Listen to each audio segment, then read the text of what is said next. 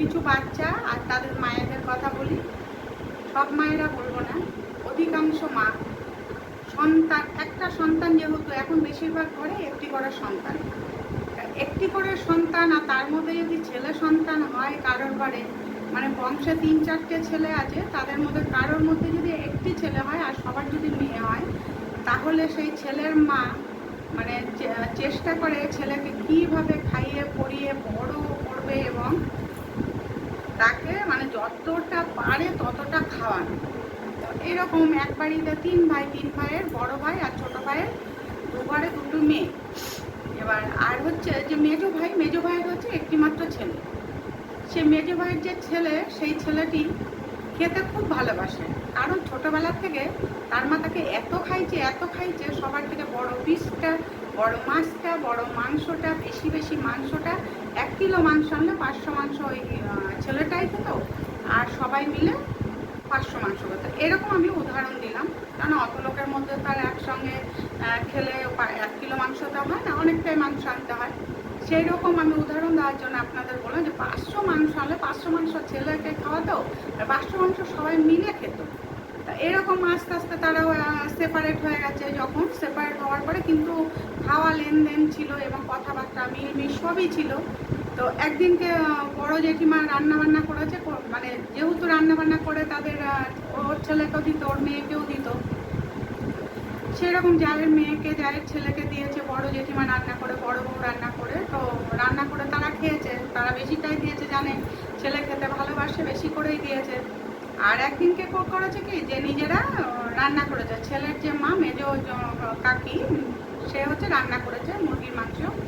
রান্না করে মানে 1 কিলো 1.5 কিলো মাংস আনলে সে পুরো মাংস একদিন দিদি গিয়ে দেখে ভাই ওরকম এত মাংস আর ভাত নিয়ে খেতে বসেছে। তা দিদি বলেছে, এ ভাই তোদের আজকে মাংস হয়েছে? কই বলিস নি তা আমাদের মাংস হয়েছে, আমার মা তো যা রান্না করে তোদেরকে দিয়ে খায়, তা তোরা তো আমাকে একটু দিলি না, আমাকে তো 1 পিসও দিতে পারতি ভাই।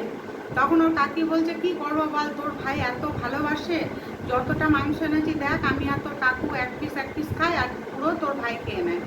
তো দিদিটা আর কিছু বলেনি, এসে মাকে বলেছে, জানো না ভাইদের ঘরে আজকে মাংস হচ্ছে, ভাই দেখি এত মাংস খাচ্ছে, আর কাকু আর কাকিমা 1 পিস করে মাংস খাচ্ছে। বলছে ওরকম খাইয়েই ছেলেটাকে শেষ করে দেবে। তা সত্যি কথা বলতে গেলে ছেলেটা খেতে খেতে এমন অবস্থায় চলে এসেছে যে ছেলেটি ডাক্তার দেখানোর পরে ডাক্তার বললো যে ও যদি মানে পরিমাণ করে দিল যে এরকম অল্প অল্প করে সব খাবে, এর থেকে বেশি যদি খায় ছেলেটির আরও ক্ষতি ছাড়া ভালো হবে না। কিন্তু ছেলেটির মা বাবা চাইতো যে ছেলেটি মানে নিজেরা না খেয়ে ছেলেকে যতটা পারতো যে কোনো জিনিস বেশি করে খাওয়াতো। এরকম খাওয়ানো তো উচিত না, ডাক্তার বারণ করে দেওয়ার সত্ত্বেও কিন্তু ছেলেটিকে ওই রকমভাবে বেশি করে খাওয়াতো। এবার তারপরে যে তার যে ভাসুরের মেয়ে বা জায়ের মেয়ে ছিল, তারা যাতে গন্ধ না পায় দরজা বন্ধ করে রান্না করতো, এবং তাদেরকে বলা হতো যে এই মাংস রান্না করেছে, এই কথাটা বলা, মানে যে কোনো খাবারের কথা, মাংসটা উদাহরণ দিচ্ছি, কিন্তু যে কোনো খাবার এনে ছেলের সামনে আগে বসিয়ে দেয়, সে রসগোল্লাই হোক, জিলিপি হোক, সিঙ্গাড়াই হোক, বিরিয়ানি হোক, বাড়িতে রান্না করেই হোক, যে কোনো খাবার এনে ছেলের সামনে বসিয়ে দিত। তো এবার গন্ধ তো স্বাভাবিক যাবে, আর ভাই বোনেরা সব সময় এর ঘরে ওর ঘরে তার ঘরে যাওয়া আসা করছে, সবাই দেখতে পারতো। তা আস্তে আস্তে কী হলো, ছেলের প্রতি কাকিমা বা জেঠিমা তাদের একটা বিতৃষ্ণা এসে গেল, যে ছেলে সবাইকে, আমার মেয়েরা তো তোমাকে দিয়ে খায়, তাহলে তুমি যখন একটা কিছু খাও তখন তোমার দিদি বা বোনের কথা মনে পড়ে না? তা এটা হচ্ছে নিশ্চয়ই মা বাবার শিক্ষা। মা তো অন্তত বলবে, হ্যাঁ রে বাবু তুই একা খাচ্ছিস কেন, দিদি বা বোন তো তোকে ছেড়ে খায় না, তুই অন্তত দিদি বোনকে একটু করে দিয়ে খা, তোর তো দেওয়া উচিত। এরপরে ভবিষ্যতে কী হবে, ছেলে বড় হয়ে মা বাবাকেই তো খেতে দেবে না, কারণ ছেলে তো ছোটোবেলা থেকে দেখে এসছে মা বাবা নিজে না খেয়ে কাউকে না দিয়ে সে তার ছেলেকেই খাওয়াচ্ছে। তা ছেলে বড় হয়ে কী করবে, নিজেই খাবে, তার সন্তানকেও দেবে না, বা তার সন্তানদের যদি আনেও তাহলে নিজেরা খাবে না বা তাদের মা বাবাকেও দেবে না।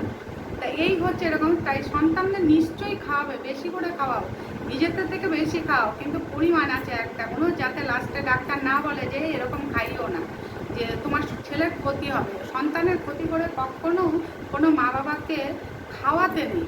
আর যাই করো, পড়াশোনা বেশি করাও ঠিক আছে, কিন্তু খাওয়ানোটাও লিমিট রেখে খাওয়াও।